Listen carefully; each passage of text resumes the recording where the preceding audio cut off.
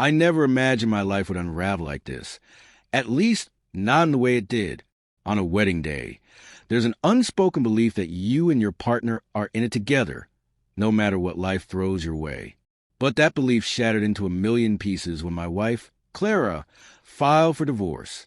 It happened just 1 week after the funeral of my father-in-law, Robert. He was a legendary figure, self-made, diligent, and surprisingly kind. A man who spoke more through actions than words, and those actions built a multi-million-dollar empire. I knew Clara had issues with him.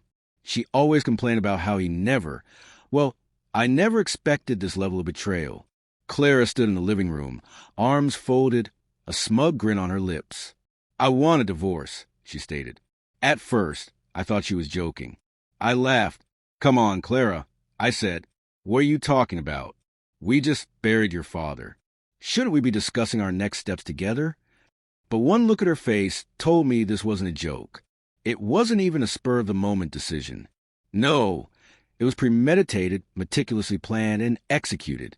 "You're of no use to me," she muttered. "I no longer need you." Useless. That word cut deep, repeating in my head like a broken record. Useless. I had stood by her side for years, encouraged her when she felt hopeless, believed in her when she doubted herself. And now I was worthless? Then it hit me. She had already inherited $379 million. She believed that money made her untouchable, invincible.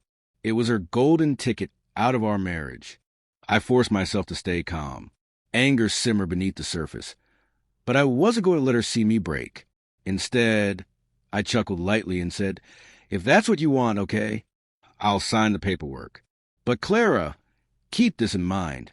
Don't regret it later." She expected me to beg. Instead, I gave her exactly what she wanted. I signed the documents without hesitation, handed them to her, and walked out. I didn't even bother packing. Clara had made it clear where I stood in her world. Leaving that house was hard. It wasn't just a building. It was a place where I had poured my love, my hopes, my dreams for our future. I had believed we would grow old together. But clearly, I was the only one who thought that way. As I walked away, I chuckled, not out of amusement, but because I knew something Clara didn't. She thought she held all the cards, but she had no idea the deck wasn't real. Robert had always been one step ahead of everyone, and I knew, without a doubt, he would never have handed over $379 million to someone as reckless and entitled as Clara without safeguards. I didn't have all the details yet, but I knew enough. While Clara celebrated her so-called victory, I trusted that Robert had foreseen this exact situation. She thought she was free of me, free of responsibility, free to step into a life of luxury. But when reality hit like a freight train, I wouldn't be there to catch her. This time, she was on her own. It didn't take long for the truth to surface. Grayson, Robert's lawyer, called me with an update. After skimming the first page of the trust, he let out a hearty laugh. "The trust fund is locked," he said, "unless she complies with your father-in-law's requirements." I raised an eyebrow. "What requirements?" 5 years. She has to work full-time, take financial management courses, and prove she's responsible. I whistled low. For Clara, 5 years would feel like 50. Robert believed that having money, without discipline, was a surefire way to fail. He wanted his daughter to learn the value of diligence and accountability before accessing such a vast fortune. He understood her better than anyone and created a plan that would either force her to mature or ensure his wealth went to a worthier cause. But Grayson wasn't done. "There's one more thing," he continued. "Robert left you a share of the estate, 20%. I nearly dropped the phone. 20%? Are you serious?" "Sincerely. Robert appreciated the way you treated him, especially in his later years." He wanted to acknowledge that. Gratitude mixed with guilt. This wasn't my money. It was Robert's legacy. But he had made his wishes clear, and I wasn't about to argue with the wisdom of a dead man. Meanwhile, Clara must have been losing her mind. The trust fund stipulations weren't just inconvenient. They were a disaster for her. She had spent her entire life avoiding responsibility, and now, to access her inheritance, she had to do the one thing she despised, work. And the final blow? That 20% share left to her useless ex-husband. It was Robert's ultimate message to his daughter from beyond the grave. Grow up, Clara. Learn from someone who understands the value of hard work. I couldn't help but laugh at the irony. For years, Clara had been griping about Robert, calling him severe, accusing him of being stingy and domineering. But ultimately, his discipline and intelligence ensured that his wealth wouldn't be wasted.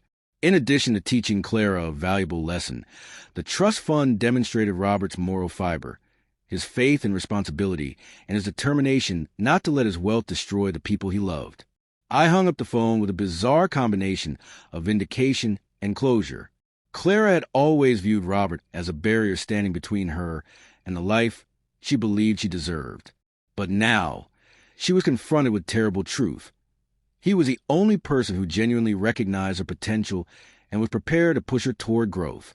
I wasn't going to gloat, but maybe, just maybe, I would enjoy thinking about her spending 5 years trying to figure out how to keep a job. For the first time in years, I felt free of Clara's conceit, free from her incessant criticism, free to go on with my life. And the $40,000 I'd ultimately receive from Robert's will, it was more than just financial compensation. It was a reminder that integrity, hard work, and respect matter. And I kind of wished I could have been a fly on the wall when Clara realized that reality, like a freight train. Clara, who had always shunned accountability and thrived on entitlement, was now facing reality she couldn't control. I could picture her sitting across from Mr. Grayson, her hands shaking, her face going pale as everything fell apart around her. When things didn't go her way, she would raise her voice in that panicked tone. "What do you mean I have to work? That's ridiculous. I'm his daughter. I'm entitled to the money." Grayson, professional and composed, probably replied, "Mrs. Emerson, your father was very clear about his intentions. He wanted to ensure his money was used wisely. These requirements are unavoidable. For someone like Clara, who had avoided hard labor all her life, this must have felt like a cruel joke. She had created a mental image of herself where she faced no repercussions for giving in to every whim. But suddenly, that fantasy was disintegrating. And when Grayson disclosed that I had received 20% of the estate, I could almost hear Clara's fury. The thought that her father deemed her worthless ex-husband deserving of his regard must have been intolerable. "Why does he get 20%? She must have demanded. "He's not even part of this family anymore." Grayson probably reminded her of the one thing she refused to acknowledge. Clara herself had never shown Robert the respect that I had in his final years. And the best part? She couldn't stop it. Robert's was ironclad, meticulously written to prevent any legal challenges. Clara had no choice but to accept the terms, no matter how unjust they seemed to her. But the true blow arrived later, after the meeting, after her arrogance was stripped away, after she left that office with nothing but the brutal reality of her situation. She was unemployed, divorced, and now confronted with the intimidating task of meeting the trust fund's requirements. She must have spent days pacing her house, trying to figure out how to fulfill them. Maybe she considered challenging the will, but deep down, she knew it was futile. Robert's attorney would have foreseen every argument, and Clara lacked both the resources and the willpower to fight a losing battle. Regret must have begun to creep in.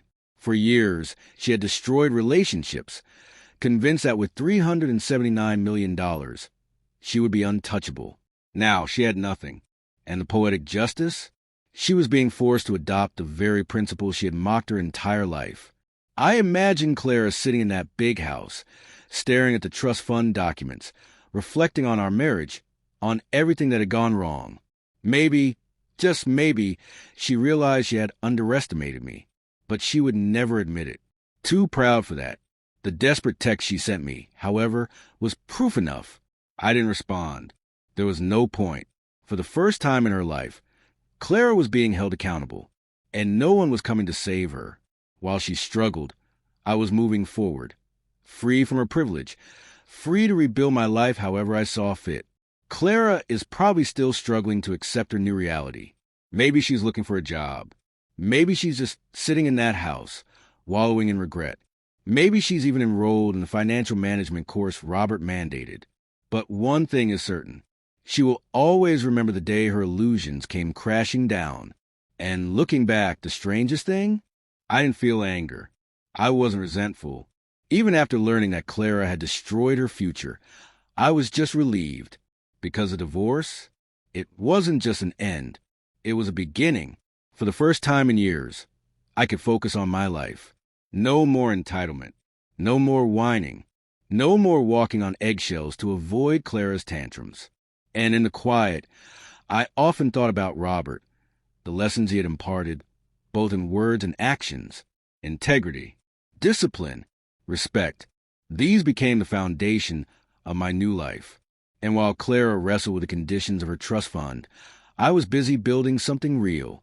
For the first time in a long time, I felt like I was exactly where I was meant to be. And I wouldn't trade that for anything.